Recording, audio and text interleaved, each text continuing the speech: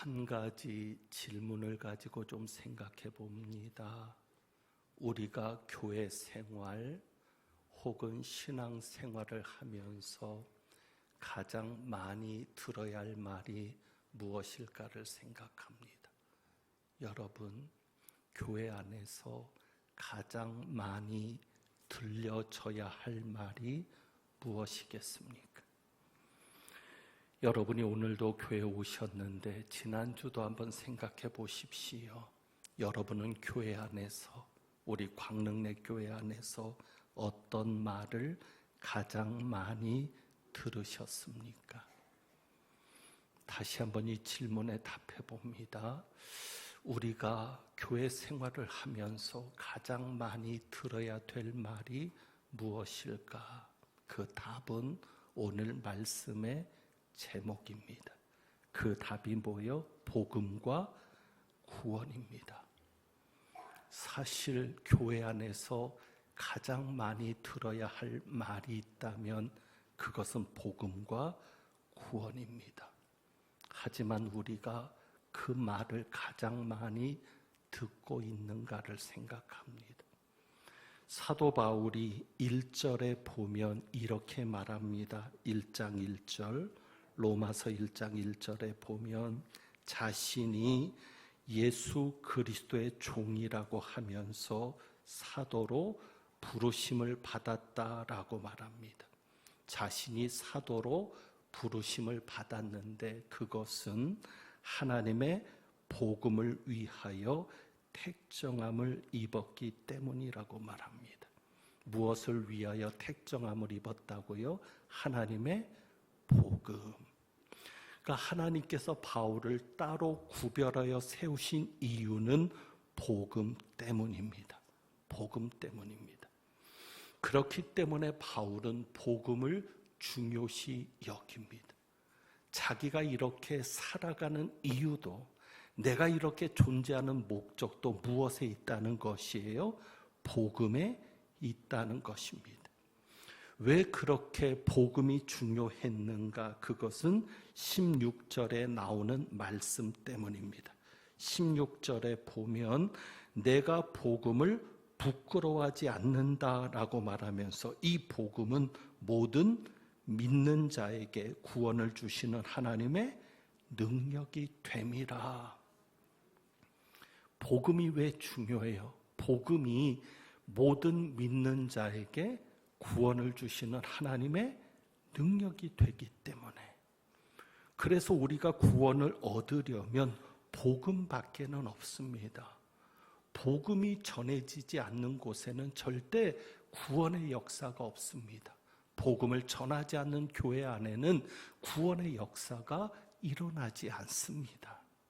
그래서 복음이 중요합니다. 그렇다면 이 복음이 무엇인가? 하나님께서 바울을 통해서 전하게 하시는 복음이 무엇인가를 생각합니다. 두 가지로 바울은 복음을 말하고 있습니다. 바울이 첫 번째로 말하는 복음은 2절과 3절과 4절에 있습니다. 2절을 봅니다. 2절을 보면 바울이 이 복음은 이렇게 말합니다. 이 복음은 하나님이 선지자들을 통하여 그의 아들에 관하여 성경에 미리 약속하신 것이라. 이 복음은 무엇에 관하여? 그의 아들에 관하여. 이게 복음입니다. 복음이 무엇입니까? 그의 아들에 관한 것이 복음입니다. 그의 아들이 누구예요? 하나님의 아들 예수 그리스도입니다. 예수 그리스도에 관한 것이 복음입니다. 예수 그리스도에 관해서 성경에 기록된 것이 복음입니다. 그렇기 때문에 3절에 그의 아들에 관하여 라고 말합니다. 다시 한번 그의 아들에 관하여 말하면 하면서 복음의 내용이 무엇인지를 이야기합니다. 그러니까 복음은 예수 그리스도에 관한 것이 복음인데 그것의 내용을 이야기한다면 3절에서는 출생을 얘기하죠. 그러니까 우리가 사도신경으로 신앙 고백을 하는데 신앙 고백에 예수 그리스도 하나님의 아들에 관한 고백이 복음인 겁니다. 성령으로 잉태되어서 동정녀 마리아의 몸에서 태어나신 다윗의 혈통에서 나신 그것이 복음이고요.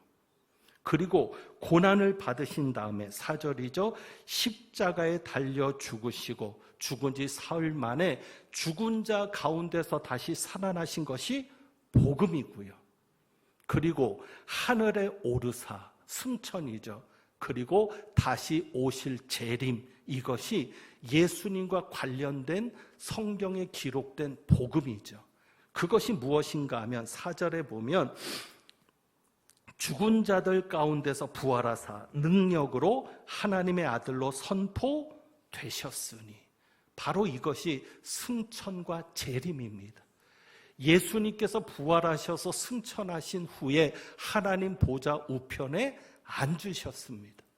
그래서 모든 만물에게 하나님의 아들로 선포되신 겁니다. 그리고 그분이 다시 오실 재림 예수입니다. 하나님의 아들로 선포되셨다는 말 속에는 또 이런 의미가 있습니다. 예수님께서 구원을 완성하셨다는 것입니다. 그러므로 오직 구원하실 분은 누구밖에 없다? 예수밖에 없다. 예수 외에는 다른 구원의 길이 없다는 것이 복음입니다. 그러니까 하나님의 아들로 선포되셨다는 것은 그 예수님께서 구원의 사역을 이루셨다는 겁니다. 다시 정리하면 복음은 무엇이에요? 예수 그리스도가 복음입니다. 다른 것이 복음이 아닙니다. 교회에서 말해져야 될 복음은 예수 그리스도입니다. 그러므로 우리가 복음을 믿습니다라고 말한다면 무엇을 믿는다는 얘기예요? 예수 그리스도를 믿는다는 것이에요. 예수 그리스도와 관계되어서 그에 관하여 성경에 기록된, 구약에는 선지자들을 통해서 예수 그리스도에 관계된 것이 미리 계시되었고 약속되었고, 신약은 그것을 성취한 겁니다. 우리가 그것을 믿는 것이 복음을 믿는 겁니다. 이렇게 믿을 때 우리에게 구원이 주어집니다. 그래서 이 복음은 모든 믿는 자에게 구원을 주시는 하나님의 능력이 됨이라 그랬는데, 사도 바울은 복음을 예수 그리스도가 복음이라고 말하는 것에서 끝나지 않습니다.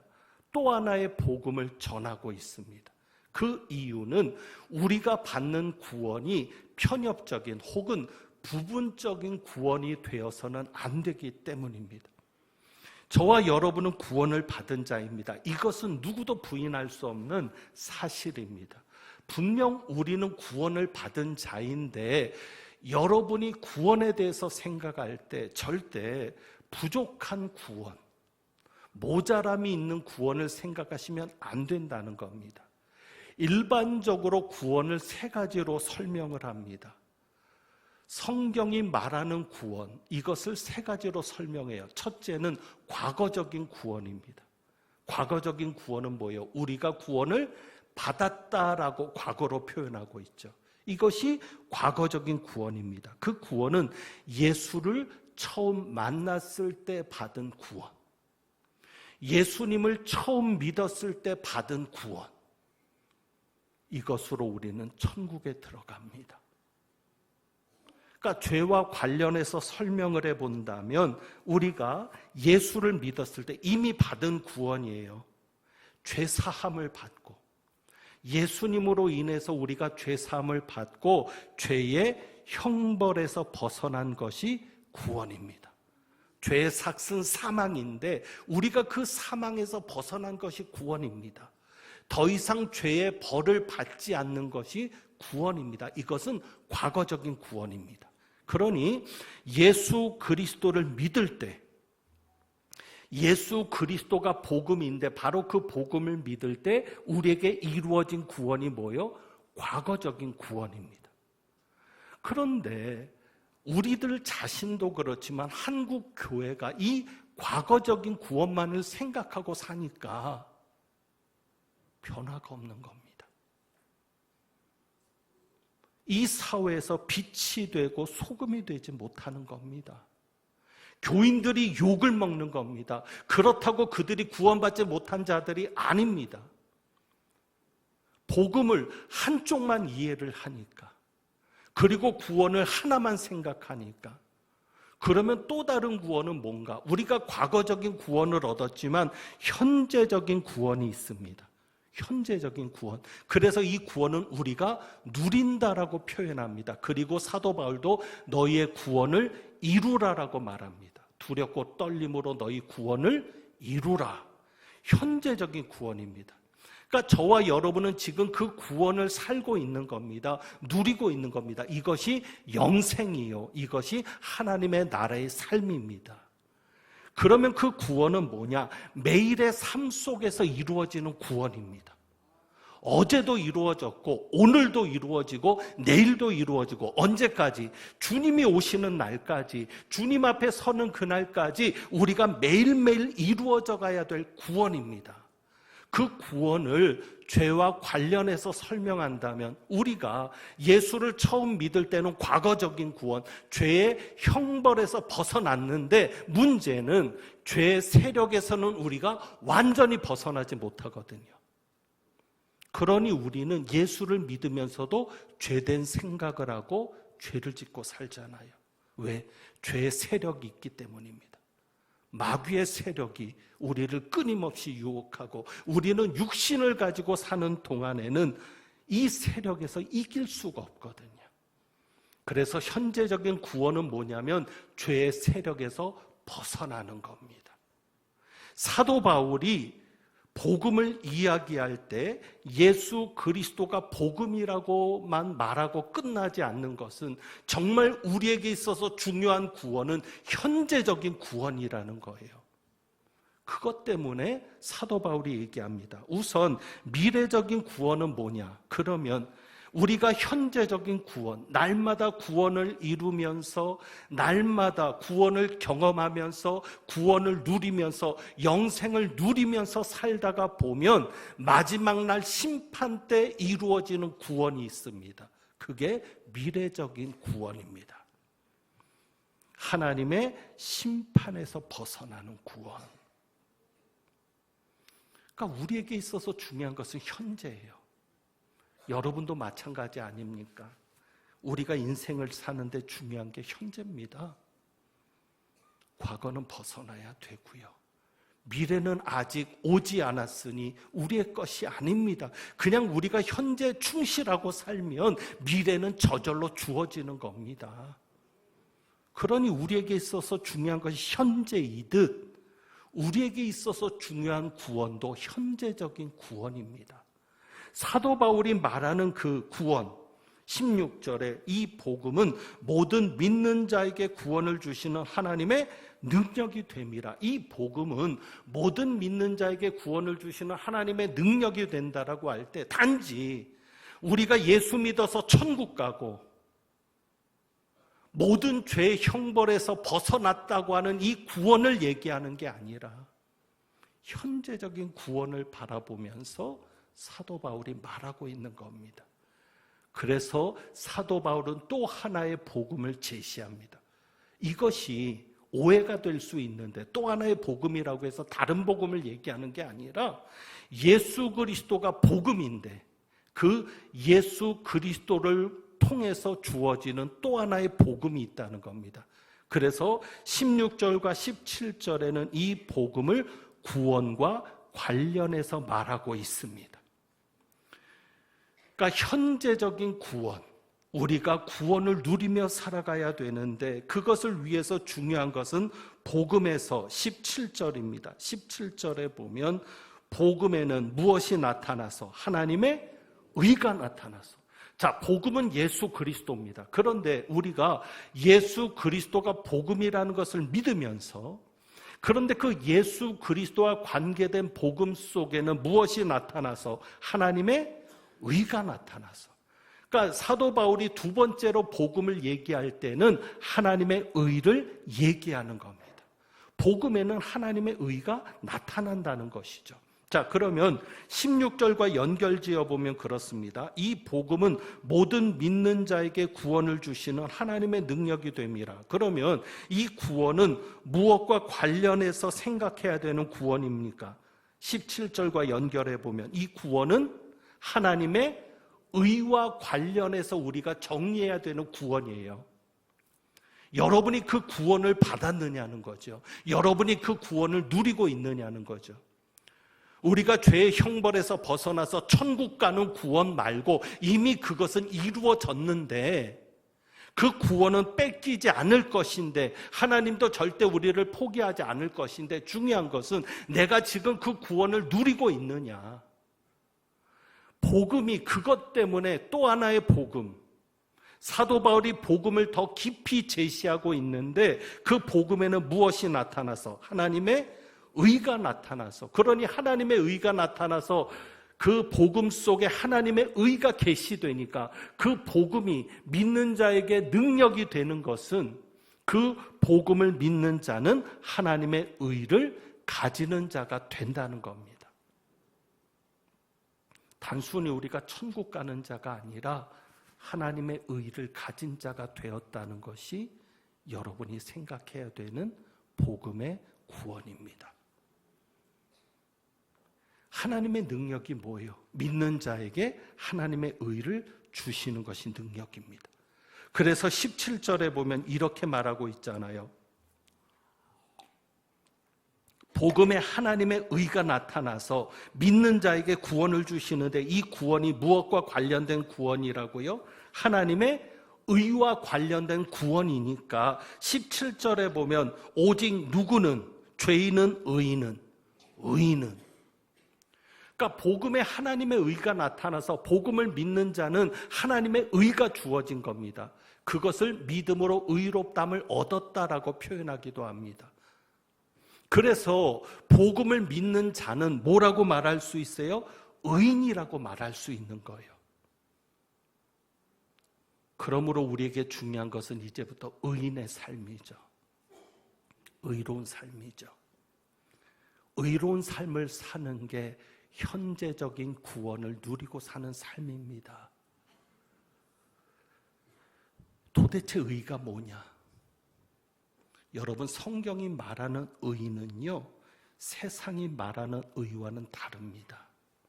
세상이 말하는 의는 누구예요? 옳은 일을 행한 자, 바른 길을 가는 자가 의인이겠죠. 불의한 일을 하지 않는 자가 의인이겠죠. 성경이 말하는 의는요, 관계적인 용어거든요, 의가. 그러니 성경이 말하는 의는 뭐예요? 하나님과 바른 관계를 가진 자가 의인입니다. 그러니까 복음에 하나님의 의가 나타난 이유는 이 복음을 믿어야 하나님과 바른 관계를 유지하며 살아갈 수 있기 때문이라는 것이죠. 사도 바울이 지금 중요하게 여기는 부분이 이겁니다. 너희가 그냥 구원받았느냐, 죽어서 천국 갈 자가 되었느냐, 그것이 중요한 게 아니라 그것은 이미 주어졌으니까 이제 우리에게 중요한 것은 뭐예요?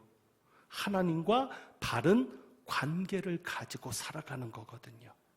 그게 의거든요. 하나님과의 사귐을 가지고 살아가는 것, 그것이 이제 우리에게 있어서 중요한 문제입니다. 그래서 17절의 말씀을 여러분이 잘 이해하셔야 돼요. 17절 보면 사도 바울이 믿음에 대해서 세 가지를 얘기합니다.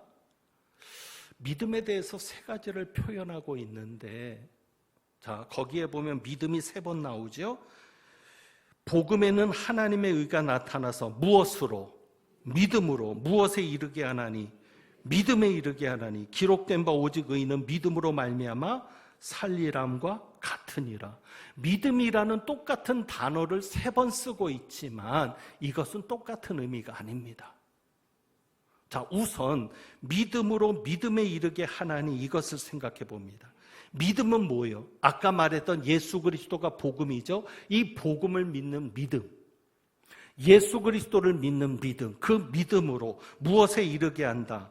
믿음에 이르게 한다. 그런데 여기에 보면 복음에는 무엇이 나타나서? 하나님의 의가 나타나서 믿음으로 믿음에 이르게 하나니. 그러니까 이 믿음은 뭐예요? 하나님의 의가 주어지는 믿음.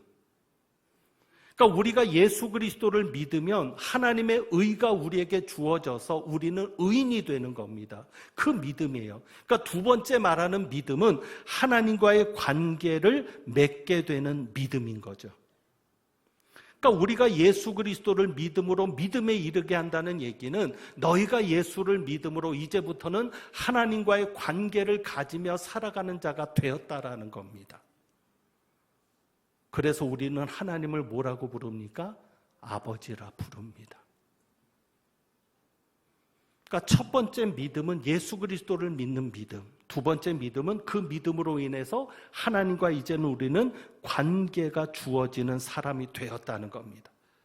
아담과 하와는 죄를 짓고 에덴 동산에서 쫓겨났는데, 그래서 하나님과의 관계가 끊어지고 생명나무에서도 끊어진 자가 되었는데, 우리는 예수 그리스도를 믿음으로 죄 문제를 해결받고 하나님과의 관계가 다시 회복된 겁니다.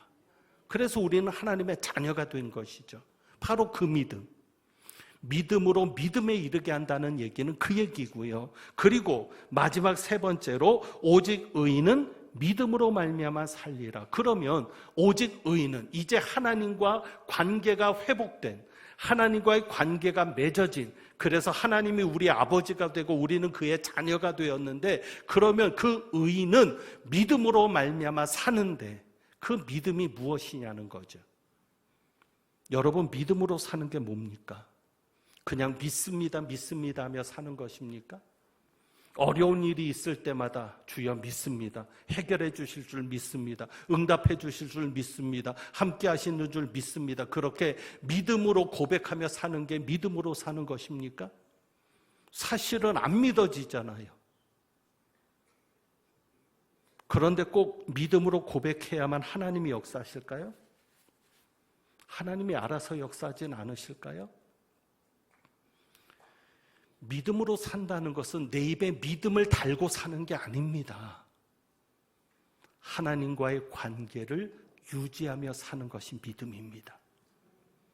하나님과 날마다 교제하면서, 하나님과 날마다 사귐을 가지면서 사는 것이 믿음입니다.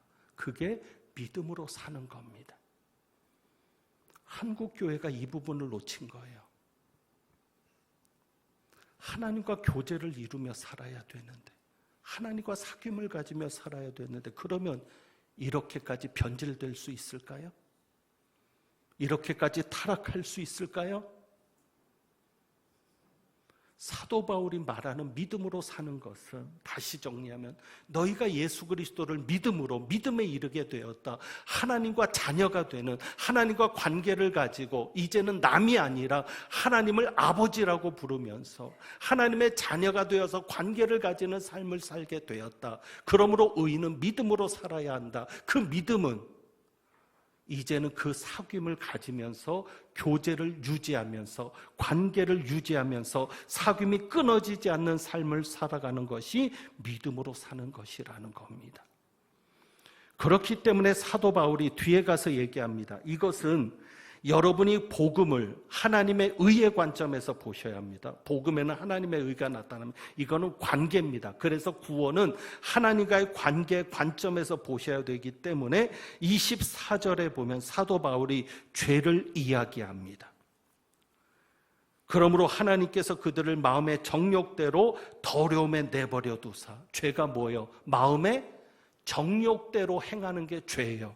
그런데 그 마음의 정욕대로 행하는데 28절에 보면 그 마음이 어떤 마음이요? 그 마음이 28절에 또한 그들이 마음에 하나님 두기를 싫어하며, 그러니까 하나님이 내버려 두시는 거예요. 아무 상관없는 자로 살게 하시는 거예요. 그래, 네 마음대로 살아봐. 그러니까 죄가 뭐냐면 하나님 마음에 두기를 싫어하고 하나님이 그 마음에 없는 게 사귐이 없는 거예요. 하나님을 마음에 두고 살아야 되는데 그러질 않는 거예요. 그러니 그 마음에 정욕대로 살게 되는 거죠. 그래서 나타나는 게 뭐예요? 하나님과의 사귐이 끊어지는 거죠. 그래서 사도 바울이 믿음으로 사는 것을 얘기할 때 죄 문제를 다루는 이유가 여기 있습니다. 거기 보면 26절, 27절은 동성연애입니다. 불편한 분들도 있겠지만 분명히 성경은 기록합니다. 이 때문에 하나님께서 그들을 부끄러운 욕심에 내버려 두셨다는 겁니다. 곧 여자들도 순리대로 쓸 것을 바꾸어 영리로 쓰며 뭐라고 얘기해요? 서로 향하여 음욕이 부릴 듯하며 남자가 남자와 더불어 부끄러운 일을 행하여 죄를 지적하는 거죠. 왜? 하나님과의 사귐이 끊어지게 하는 게 죄니까. 하나님과의 교제를 파괴하는 게 죄니까. 아담과 하와처럼 그렇게 되는 것이 죄니까. 그래서 29절에 뭐를 얘기해요? 모든 불의, 추악, 탐욕, 악의가 가득한 자요, 시기, 살인, 분쟁, 사기, 악독이 가득한 자요, 수군수군하는 것도 죄입니다. 비방하는 것도 죄고요. 하나님께서 미워하시는 자요, 능욕하는 자요, 교만한 자요, 자랑하는 자요, 악을 도모한 자요, 부모를 거역하는 자요, 우매한 자요, 배약하는 자요, 무정한 자요, 무자비한 자라. 무정하고 무자비한 것도 죄입니다. 사도 바울이 이렇게 죄를 날렬하는 이유는 그것이 하나님과의 사귐을 끊기 때문에, 믿음으로 사는 것을 방해하기 때문에 그렇게 말을 하는 겁니다. 그래서 우리가 해야 될 것이 무엇이에요? 회개입니다. 회개입니다. 지난주에 회개를 말씀드렸습니다. 두 가지 회개가 있다 그랬죠. 하나는 본성적인 회개죠. 내 존재를 회개하는 겁니다. 이것은 처음 예수를 믿을 때 내가 죄인임을 깨닫고 나에게는 내 죄 문제를 해결하실 주님이 필요합니다. 죄의 삭은 사망이고 죄에 따른 형벌이 있음을 알고 이 죄 문제를 해결하실 분은 예수님입니다라고 예수님 앞에 내가 죄인임을 고백하는 이 본성적인 존재적인 회개, 이것은 우리에게 구원을 가져옵니다. 그러나 우리가 구원을 받았지만 죄를 지어야 안 지어요? 지어요. 그래서 우리에게 또 필요한 게 뭐예요? 행위적인 회개가 필요한 거예요.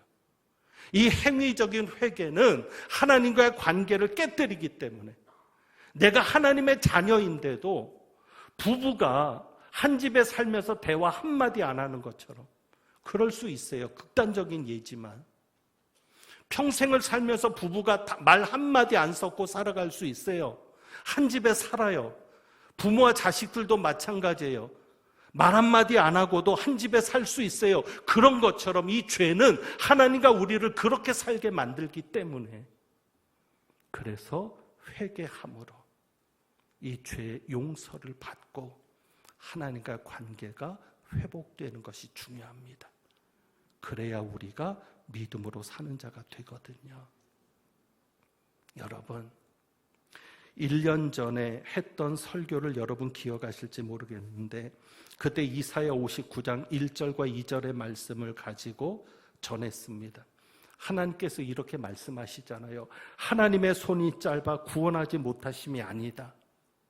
하나님의 귀가 둔해서 듣지 못하심이 아니다. 여러분은 그렇게 생각할지 모릅니다. 왜 하나님 나를 구원하지 않습니까? 왜 하나님 내 기도를 듣지 않습니까?